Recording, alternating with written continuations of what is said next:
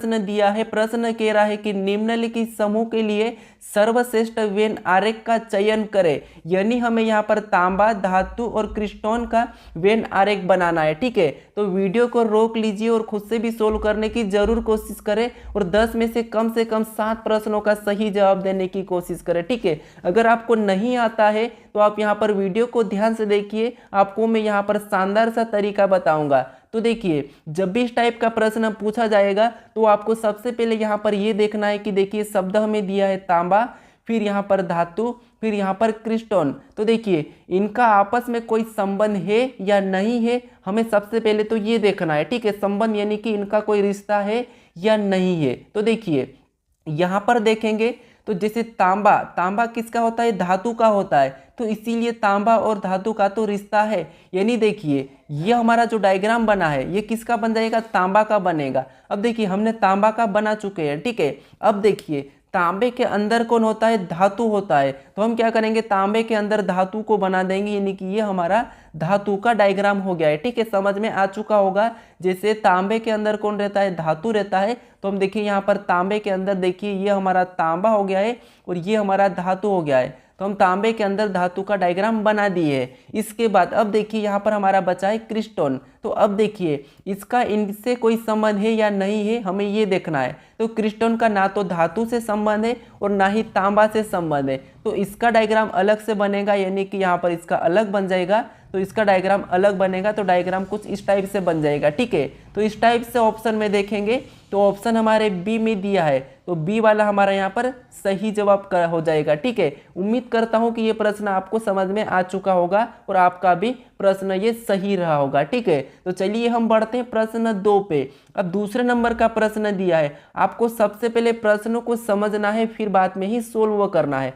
प्रश्न कह रहा है कि दिए गए विकल्पों में से यह युग्म चुने जो पहले युग्म के शब्दों की भांति आपस में संबंधित हो। यानी प्रश्न ये कह रहा है कि हमें जैसे पर्वत का संबंध ऊंचाई से है, तो हमें जैसे पर्वत का संबंध ऊंचाई से है तो सेम तरीके से यहाँ पर हमें उन शब्दों को रखना है। तो क्या करना है? देखिए सबसे पहले तो हमें ये समझना है कि पर्वत और ऊंचाई का संबंध कैसे है। ठीक है, जैसे इनका संबंध है, जैसे इनका रिश्ता है, हमें भी इसी तरह का रिश्ता यहाँ पर रखना है। तो देखिए जैसे यहाँ पर पर्वत, पर्वत को हम क्या करते हैं? ऊंचाई के नाम से, पर्वत जितना ऊंचा होगा उससे हम क्या जानते हैं? ऊंचाई को हम पर्वत के नाम से जानते हैं। ठीक है, पर्वत ऊंचाई से संबंधित है। तो हमारा देखिए जैसे हम नदी को किससे जानते हैं? पानी से तो जानते हैं, लेकिन यहाँ पर देखिए हम नदी को बहती हुई, ठीक है, तो यहाँ पर हम नदी को बहती हुई जानते हैं। ठीक है, कैसी जानते हैं? बहती हुई जानते हैं। बहती हुई से संबंध होगी नदी, क्योंकि पानी तो तालाब से भी होता, तो इसीलिए ऑप्शन ए को भी नहीं लगाएंगे। फिर देखिए ऑप्शन बी।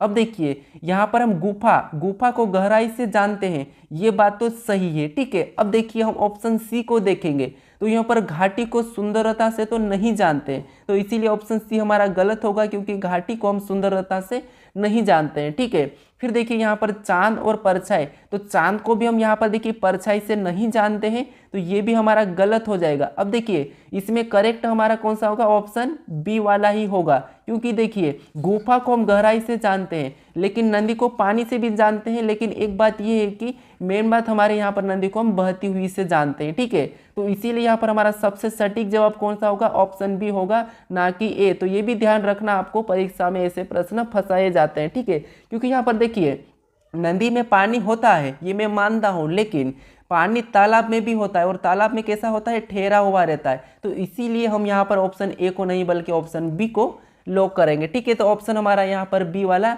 सही जवाब हो जाएगा। अब चलिए हम बढ़ते हैं प्रश्न 3 पे। अब तीसरे नंबर का प्रश्न दिया है, प्रश्न को पढ़िए। प्रश्न कह रहा है कि निम्नलिखित में से कौन सा नीचे दी गई संबंध को सर्वोत्तम ढंग से पूर्ण करेगा। यानी दोस्तों यहाँ पर आपको क्या करना है? जैसे यहाँ पर RAT का संबंध HDY से है, तो यहाँ पर देखिए BAD का बताना है। ठीक है, तो सबसे पहले जब भी इस टाइप का प्रश्न पूछा जाएगा तो आपको ये पता करना है कि यहाँ पर देखिए RAT का संबंध HDY से कैसे है। ठीक है, जिस तरीके से इसका संबंध है उसी तरीके से यहाँ पर इसका संबंध बताना है। तो देखिए जब हमें यहाँ पर क्या करना है, एक एक लेटर को देख लेंगे। देखिए तरीका समझिए देखने का।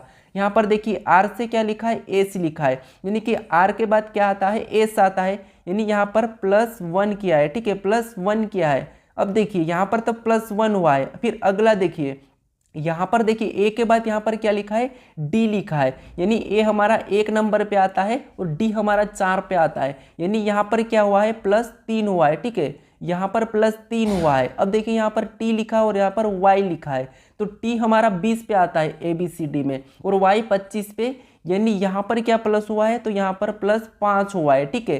तो हम भी इसी तरीके से यहाँ पर देखिए सबसे पहले तो इसमें क्या करेंगे, 1 को जोड़ेंगे, तो देखिए यहाँ पर हम 1 को प्लस कर लेंगे, ठीक है, तो यहाँ पर हम 1 को प्लस करेंगे तो बी के बाद कौन हो जाएगा, सी, ठीक है। उसके बाद देखिए ए लिखा है और ए में क्या करेंगे हम, जैसे यहाँ पर 3 को जोड़ा था तो हम भी यहाँ पर 3 को जोड़ लेंगे, तो यहाँ पर देखिए ए में 3 को जोड़ेंगे तो कितने हो जाएंगे, 1 में 3 को जोड़ेंगे तो 4, और 4 नंबर पे क्या आता है, डी आता है, तो यहाँ पर क्या हो जाएगा, डी आ जाएगा, ठीक है, आपको समझ में आ रहा होगा। उसके बाद अब देखिए यहाँ पर डी लिखा और डी के बाद हमें अगला कौन सा जोड़ना है, अगला हमें 5 जोड़ना है, तो यहाँ पर हम क्या करेंगे, 5 को जोड़ लेंगे, तो देखिए डी हमारा कहाँ पर आता है, 4 नंबर पे आता है, 5 जोड़ेंगे तो कितने हो जाएंगे, 9, और 9 नंबर पे क्या आता है, आई आता है, यानी यहाँ पर क्या हो जाएगा, CDI, ठीक है, क्या हो जाएगा, CDI। अब देखिए जैसे हमने जिस तरीके से यहाँ पर +1 +3 +5 किया, तो हमने भी यहाँ पर +1 +3 +5 किया है, ठीक है, तो हमारा यहाँ पर लेटर क्या बना है,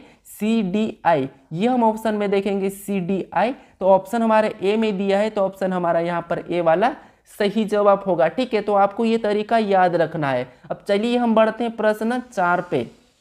अब 4 नंबर का प्रश्न दिया है, प्रश्न कह रहा है कि कूट भाषा में BURN को YFIM के रूप में लिखा जाता है, WOUND के लिए कोड क्या है, यानी दोस्तों ये कोडिंग डिकोडिंग का प्रश्न है। देखिए इस टाइप के प्रश्नों को कैसे सोल्व करना है, जैसे यहाँ पर देखिए B का संबंध Y से है, यहाँ पर देखिए W को यहाँ पर F लिखा है, R को यहाँ पर I लिखा है, N को यहाँ पर M लिखा है, तो ये कैसे लिखा है ये पता करके हमें इसका बताना है, ठीक है। तो देखिए क्या करेंगे, यहाँ पर देखिए आपको ये पता होना चाहिए कि देखिए जैसे B का विपरीत लेटर होता है Y, फिर देखिए U का विपरीत लेटर होता है F, और R का विपरीत लेटर होता है I, और यहाँ पर N का विपरीत लेटर होता है M, यानी कि यहाँ पर लिखा है। तो विपरीत क्या होता है ये आपको पता होना चाहिए। विपरीत जैसे A से लगा के आपको क्या करना है, M तक ABCD लिखना है, फिर नीचे N से वापस आना है और यहाँ पर Z तक लिखना है। तो जो भी इसके आमने सामने लेटर होंगे इस सभी के एक दूसरे के विपरीत होंगे, ठीक है। तो देखिए हमें किसका विपरीत, अभी देखिए यहाँ पर जैसे विपरीत लिखा है तो हमें W का विपरीत बताना है, तो W का विपरीत होता है D, ठीक है। फिर देखिए हमें पता होना चाहिए O का विपरीत होता है L, O का क्या होता है L, फिर देखिए U का विपरीत क्या होता है, F होता है, ठीक है, यहाँ पर भी दिया है U का F।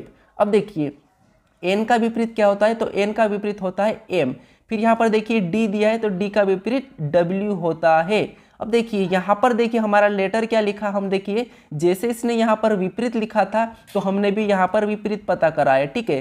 तो विपरीत यानी कि DLFMW, तो देखिए DLFMW ऑप्शन में देखेंगे तो ऑप्शन हमारे सी में दिया है, तो ऑप्शन सी हमारा सही जवाब होगा, ठीक है। तो आपको अल्फ़ाबेट के नंबर और अल्फ़ाबेट के विपरीत याद होना बहुत जरूरी है, ठीक है। कोडिंग डिकोडिंग के प्रश्नों को सोल्व करने के लिए आपको ये याद होना बहुत जरूरी है, ठीक है। तो चलिए हम बढ़ते हैं प्रश्न 5 पे। अब 5 नंबर का प्रश्न दिया है, प्रश्न को समझिए, प्रश्न क्या कह रहा है।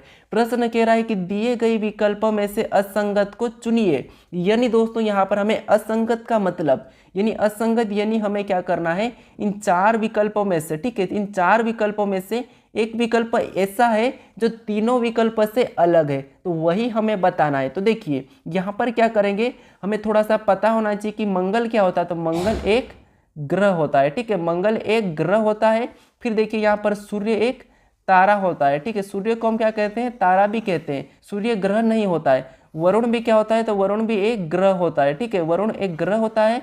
और यूरेनस ये भी क्या होता है, तो ये भी एक ग्रह होता है, ठीक है, ये भी एक ग्रह होता है। अब देखिए आपको यहाँ पर एक अलग दिखा होगा, कौन दिखा है अलग, तो अलग आपको यहाँ पर सूर्य दिखा है, क्योंकि एक तारा है, ठीक है। सारे सब दूसरे सभी क्या है, ये भी ग्रह है, ये भी ग्रह है, ये भी ग्रह है, लेकिन एक सूर्य एक क्या है, तारा है, तो इसीलिए क्या हो जाएगा, असंगत हो जाएगा, यानी कि ऑप्शन बी वाला हमारा यहाँ पर सही जवाब हो जाएगा। अब चलिए हम बढ़ते हैं प्रश्न 6 पे। अब 6 नंबर का प्रश्न दिया है, प्रश्न कह रहा है प्रश्नों को समझिए फिर उत्तर देने की कोशिश करें। जब तक आप प्रश्नों को नहीं समझोगे आप सही जवाब नहीं दे पाओगे, ठीक है। मैं कम्युनिटी डाला था, उसमें भी आपका 78% लोग गलत जवाब दे रहे थे, ठीक है। तो आप प्रश्नों को अच्छे से समझिए और सीखिए कि प्रश्नों को कैसे सोल्व करना। अब देखिए प्रश्न हमारा कह रहा है कि वह संख्या चुने जो नीचे दिए गए अन्य संख्याओं से भिन्न है। आपको क्या करना है, इस 6 नंबर प्रश्न का सही जवाब कमेंट करना है, ठीक है, कि इसका सही जवाब क्या है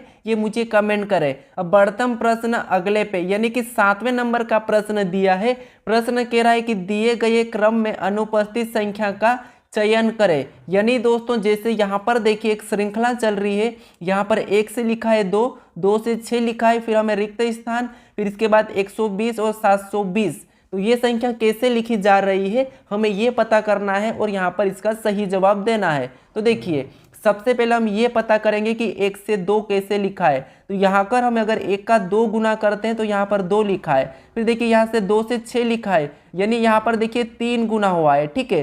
तो हम अगला क्या करेंगे, यहाँ पर 4 गुना कर लेंगे। तो 6 का 4 गुना करेंगे तो यहाँ पर क्या आना चाहिए, 24 आना चाहिए। अब देखिए अगले को बनाने के लिए क्या करना है, 5 गुना करना है। तो 24 का 5 गुना 120 होता है और दिया है। फिर यहाँ पर अगला बनाने के लिए 6 गुना होना चाहिए। तो यहाँ पर भी क्या करेंगे, 120 का 6 गुना करेंगे तो 720 होते हैं। तो इसका मतलब ये है कि जो रिक्त स्थान है यहाँ पर क्या आएगा, 24 आएगा। ऑप्शन में देखेंगे तो ऑप्शन हमारे सी में दिया है, तो ऑप्शन सी वाला हमारा यहाँ पर सही जवाब होगा, ठीक है। क्योंकि यहाँ पर देखिए पहले हुआ था 2 गुना, फिर 3 गुना, 4 गुना, 5 गुना, 6 गुना, तो इसीलिए हमारे रिक्त स्थान पर क्या आया था, 24 आया था, ठीक है। तो ऑप्शन सी हमारा सही जवाब हो जाएगा। चलिए हम बढ़ते हैं प्रश्न 8 पे। अब 8वें नंबर का प्रश्न दिया है। प्रश्न कह रहा है कि लुप्त संख्या ज्ञात कीजिए, यानी हमें यहाँ पर एक प्रश्नवाचक चिन्ह दिया है, यहाँ पर कौन सी संख्या आएगी ये प्रश्न पूछा है, ठीक है। तो जब भी इस टाइप का प्रश्न पूछा जाएगा तो आपको सबसे पहले ये पता करना है कि यहाँ पर देखिए 80 को कैसे लिखा है और 207 को कैसे लिखा है, ठीक है। तो देखिए हम इन संख्या को ऐसा कुछ भी करें कि हमारे पास ये नीचे वाली संख्या आ जाए। तो देखिए क्या कर सकते हैं, यहाँ पर अगर हम 12 को एक बार क्या करते हैं, माइनस करते हैं। तो देखिए 12 और 12 में से 8 को माइनस करेंगे तो कितने हो जाएंगे, 4। और अगर हम इसको एक बार प्लस कर लेंगे तो कितने हो जाएंगे, 20 हो जाएंगे, ठीक है। एक बार प्लस करेंगे 20 और एक बार माइनस करेंगे तो 4। अगर हम इसका आपस में गुणा कर देते हैं तो 20 चौको कितने होते हैं, 80 होते हैं, ठीक है। कितने होते हैं, 80 होते हैं, और 80 यहाँ पर दिया है। अब देखिए सेम तरीके से यहाँ पर सबसे पहले तो माइनस करेंगे, तो 16 में से देखिए 16 में से 7 को माइनस करेंगे तो कितने हो जाएंगे, 9। और एक बार यहाँ पर प्लस कर लेंगे, देखिए यहाँ पर प्लस करेंगे, 16 में 7 को जोड़ देंगे तो कितने हो जाएंगे, 16 में 7 को जोड़ेंगे तो 23। कितने हो जाएंगे, 23 हो जाएंगे। और हम यहाँ पर क्या करेंगे, 23 का भी गुणा कर लेंगे, ठीक है। तो 23 का गुणा करेंगे 9 के साथ तो कितने हो जाएंगे, 207। कितने हो जाएंगे, 207। तो इसी तरीके से सबसे पहले तो हम इसमें माइनस करेंगे, तो 25 में से 21 को माइनस करते तो कितने बचते, 4 बचते हैं, ठीक है। फिर देखिए एक बार इसे प्लस कर लेंगे, तो 21 और 25 को जोड़ लेंगे तो कितने हो जाएंगे, 46 हो जाएंगे, ठीक है। कितने हो जाएंगे, 46। और यहाँ पर गुणे का चिन्ह लगा के हम क्या करेंगे, 46 लिखेंगे। अब देखिए इसका आपस में गुणा करेंगे तो 6 चौक 24 का 4, हासिल का 2, 4 चक 16 और 2 18, यानी यहाँ पर कितना हो रहा है, 184 हो रहा है, ठीक है। तो जो प्रश्नवाचक चिन्ह यहाँ पर क्या आना चाहिए, 184 आना चाहिए, ठीक है। तो ऑप्शन में देखेंगे तो ऑप्शन हमारे यहाँ पर सी में दिया है, तो ऑप्शन सी हमारा सही जवाब हो जाएगा। चलिए हम बढ़ते हैं प्रश्न 9 पे। अब 9वें नंबर का प्रश्न दिया है। प्रश्न कह रहा है कि निम्न विकल्पों में से उस चित्र का चयन कीजिए जो उपरोक्त चित्र में प्रश्न चिन्ह के स्थान पर आएगा। यानी दोस्तों यहाँ पर देखिए जो प्रश्नवाचक चिन्ह है यहाँ पर किस विकल्प को रखें कि हमारी यह आकृति पूरी हो जाएगी, ठीक है। तो देखिए यहाँ पर क्या करेंगे, हम अगर इसे देखेंगे तो ये दोनों की दोनों इधर घूम के और एक उधर घूम के, ठीक है, ये बीच वाला है। लेकिन यहाँ पर हमें एक तो ये वाला चाहिए और ये वाला चाहिए, तो हमारा यहाँ पर इधर से रखेंगे तो ये ऐसा वाला हो जाएगा, ठीक है, क्योंकि हमें सेम बनाना है। अगर ये इधर से टच हो रहा है तो हम भी इधर से इसको टच करेंगे, ठीक है। तो ये हमने बनाया, तो ये वाला ऑप्शन में देखेंगे तो ये देखिए नीचे की ओर हो रहा है, तो इस ऑप्शन बी नहीं होगा, ऑप्शन सी, ऑप्शन डी भी। तो ऑप्शन हमारा देखिए ये हमने पहला वाला बनाया तो ये बना है, फिर दूसरा यहाँ पर ये वाला बन रहा है तो हमने भी ये वाला बनाएंगे तो यहाँ पर ये वाला बनेगा। यानी यहाँ पर ऑप्शन हमारा कौन सा, ऑप्शन ए वाला सही होगा, ठीक है। इस चित्र को ऑप्शन ए को रखेंगे इस चित्र में तो पूरा हो जाएगा। अब चलिए हम बढ़ते हैं प्रश्न 10 पे। अब 10वें नंबर का प्रश्न दिया है। प्रश्न कह रहा है कि यदि पूर्व प्रश्न क्या कह रहा है, यदि पूर्व उत्तर हो जाता है और पश्चिम दक्षिण हो जाता है और इसी प्रकार सभी दिशाएं बदल जाती है तो दक्षिण के स्थान पर कौन सी दिशाएं होगी। यानी दोस्तों देखिए, दिशा आपको पता होगी कितनी होती है, दिशा 4 होती है। सबसे पहले ऊपर उत्तर, नीचे दक्षिण, राइट में पूर्व और लेफ्ट में पश्चिम। ठीक है, ये दिशाएं होती है। ठीक है, लेफ्ट में क्या होती है, पश्चिम होती है, ये दिशाएं होती है। अब देखिए प्रश्न ये कह रहा है कि हम क्या करेंगे, लिख लेंगे। क्या कह रहा है कि यदि पूर्व उत्तर हो जाता है, यानी देखिए पूर्व को हम क्या करेंगे, उत्तर बना लेंगे, यानी कि ये उत्तर हो गया है। ठीक है, फिर देखिए पूर्व उत्तर हो जाता है और पश्चिम दक्षिण हो जाता है, यानी जो पश्चिम है ये क्या हो जाएगा, दक्षिण हो जाएगा। ठीक है, फिर देखिए आगे कह रहा है कि और इसी तरह दिशा बदल जाए, तो देखिए इसी तरह दिशा बदल जाए तो दक्षिण के स्थान पर कौन सी दिशा होगी। तो देखिए अगर ये वाला हमारा क्या हो रहा है, पूर्व कौन सा हो रहा है, उत्तर हो रहा है, तो ये दक्षिण हो रहा है। ठीक है, तो इसका मतलब ये कि दक्षिण कौन सा हो जाएगा, पूर्व हो जाएगा, यहाँ पर उत्तर हमारा पश्चिम हो जाएगा। ठीक है, क्योंकि देखिए अब देखिए हमारा यहाँ पर प्रश्न कह रहा था कि दक्षिण के स्थान पर कौन होगा, तो दक्षिण के स्थान पर यहाँ पर पूर्व होगा। ठीक है, दक्षिण के स्थान पर कौन होगा, पूर्व होगा। ऑप्शन में देखेंगे तो ऑप्शन हमारे यहाँ पर बी में दिया है, तो ऑप्शन बी हमारा यहाँ पर सही होगा। ठीक है, क्योंकि इसने पहले ही कहा था कि जो पूर्व है वो उत्तर हो जाए और जो पश्चिम है वो दक्षिण हो जाए। तो देखिए जो अपने राइट में है, तो राइट वाला तो कौन सा होगा, यहाँ पर जो दक्षिण था वो फिर पूर्व हो जाएगा, क्योंकि पूर्व इधर आ जाएगा। ठीक है, तो ये हमारा पश्चिम हो जाएगा उत्तर। तो हमें पूछा था कि दक्षिण वाला कौन सा रहेगा, तो दक्षिण वाला हमारा पूर्व रहेगा, तो ऑप्शन हमारा बी वाला सही जवाब होगा। ठीक है, अब आपको इन 10 प्रश्नों में से कितने प्रश्न सही रहे, कि आप 7 प्रश्नों का सही जवाब दे पाए हो या नहीं दे पाए हो, मुझे कमेंट करके जरूर बताएं। ठीक है, तो चलिए हम मिलते हैं नेक्स्ट वीडियो में। अगर आप इस चैनल को अभी तक सब्सक्राइब नहीं करे हो तो सब्सक्राइब जरूर कर लीजिएगा।